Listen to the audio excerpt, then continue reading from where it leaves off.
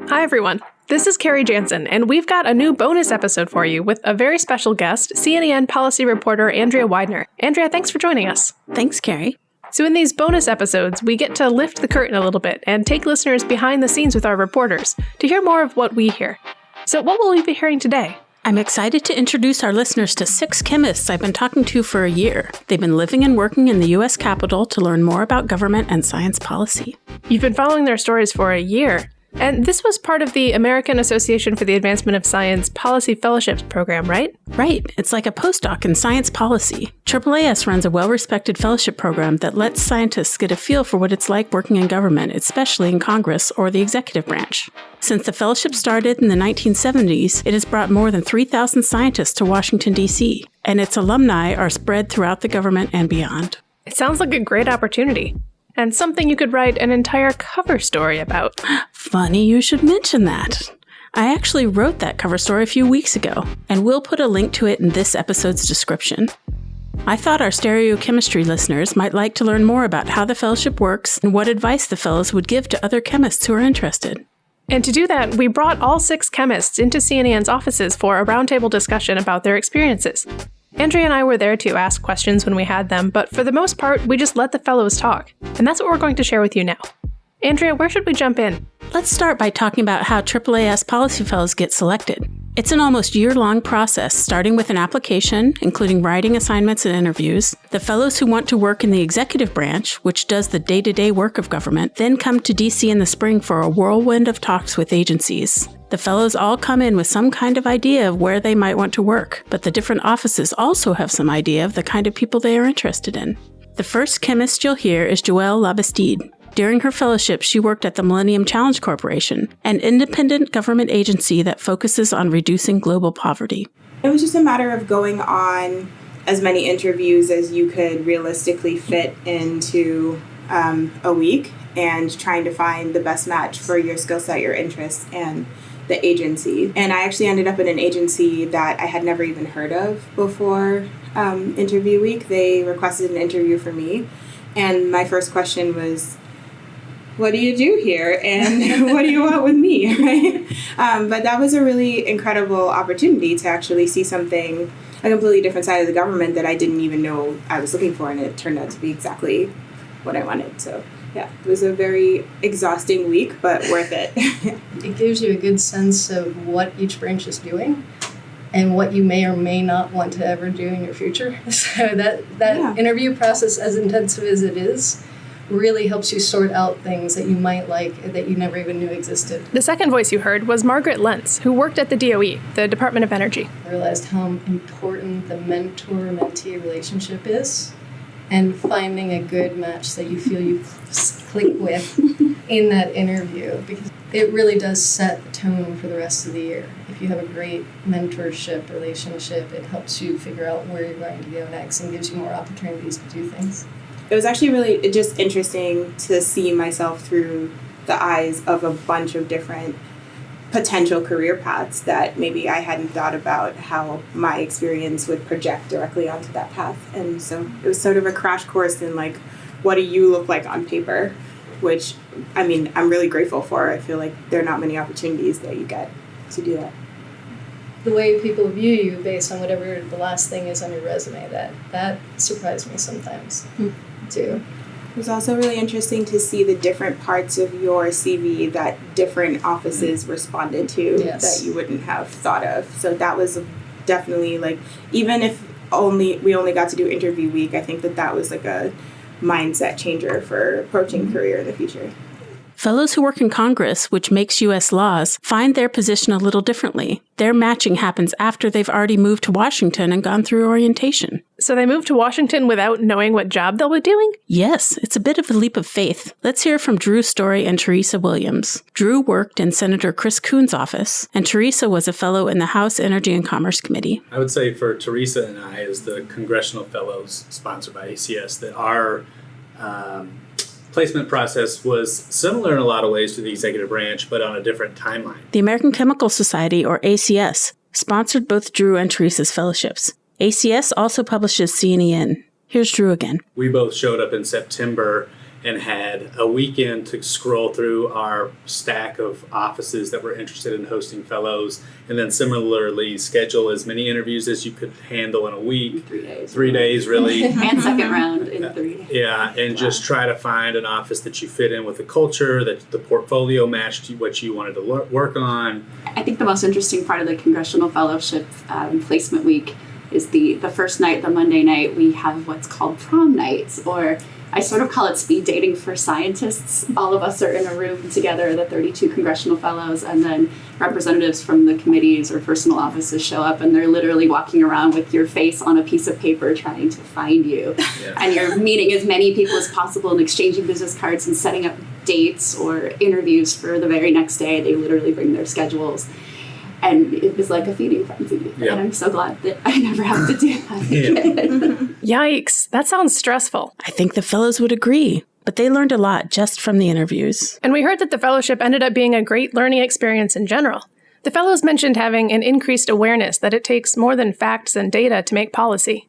Yeah. One of the points that stood out was that the fellowship forces scientists to think about how their perspectives aligned with or differed from those of the other people involved in government. Of course, that means politicians and government officials, but also voters.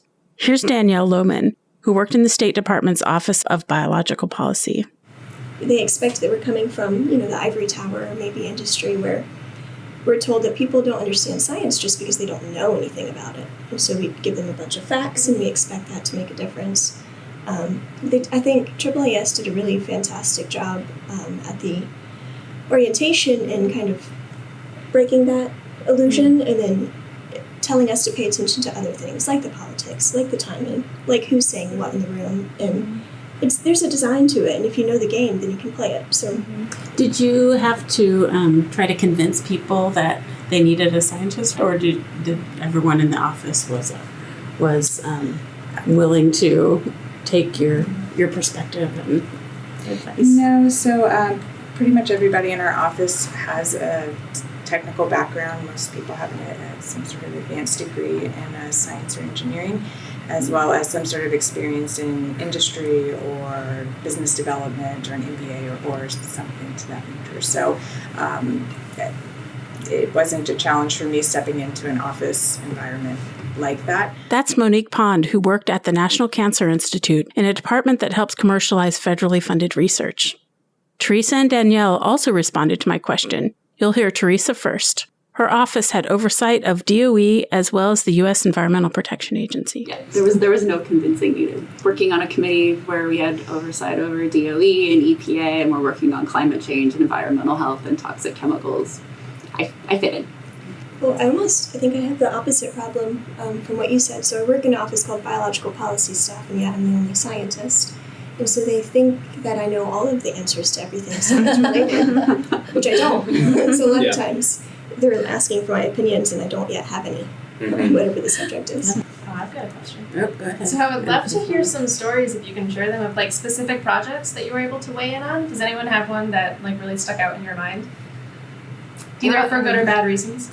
I wrote a bill that's on electrification of the transportation refrigeration units that keep cargo cold when food or medication is being delivered and transported. That's Teresa again. So it's a bill that I had an idea, did some research, found a member who was interested. So it's a pilot program and a grant to replace these diesel-powered transportation refrigeration units, which are called reefers in the industry. So whenever I talk, this is what happens. When I talk about my reefers bill, everybody laughs. Teresa's reefers would definitely be better for the environment than standard diesel. We heard from Danielle next. So I recently had the privilege to speak on behalf of the U.S. government in Geneva at the Biological Weapons Convention, which is an international agreement to not use biological weapons. It was kind of intimidating to sit behind the U.S. placard and address, all the other delegates from the other countries, and I felt like it was a privilege. And I think the little experience I had in presenting my dissertation and those other public speaking experiences surprisingly equipped me quite well, I think. Here's Margaret Lentz, who we heard from earlier in the episode. Remember, she was at the DOE, and she split her time between the Office of Science and the National Nuclear Security Administration, or NNSA. which oversees the nation's nuclear weapons stockpile. I got the opportunity to see a huge part of the NNSA complex that most people don't ever get to see. And because of my science background and because of the way that most physicists write and my background in rhetoric, I got to go through R&D portfolios, throughout multiple labs and multiple sites and learn so much about the way everything works. That office came out of the Manhattan Project. So to be able to see it on that level and to integrate myself with the scientists, but then go back to the policy and the legislative affairs side, I would say that was one of the more rewarding things. So I think we're nearing the end of the roundtable discussion. Are there any final thoughts we should leave our listeners with? I think I've got just the question. Drew and Danielle will kick us off with the answers. Is there anything else you wanted to mention about the fellowships or anything you think people should know? They're going to apply or... Just do it. Just apply. Let's do it. Yeah, and I would say that, I think most people would be surprised at how well they're prepared to take on something like this. I found the experience so far validating. And so I think if you're interested in it, give it a shot.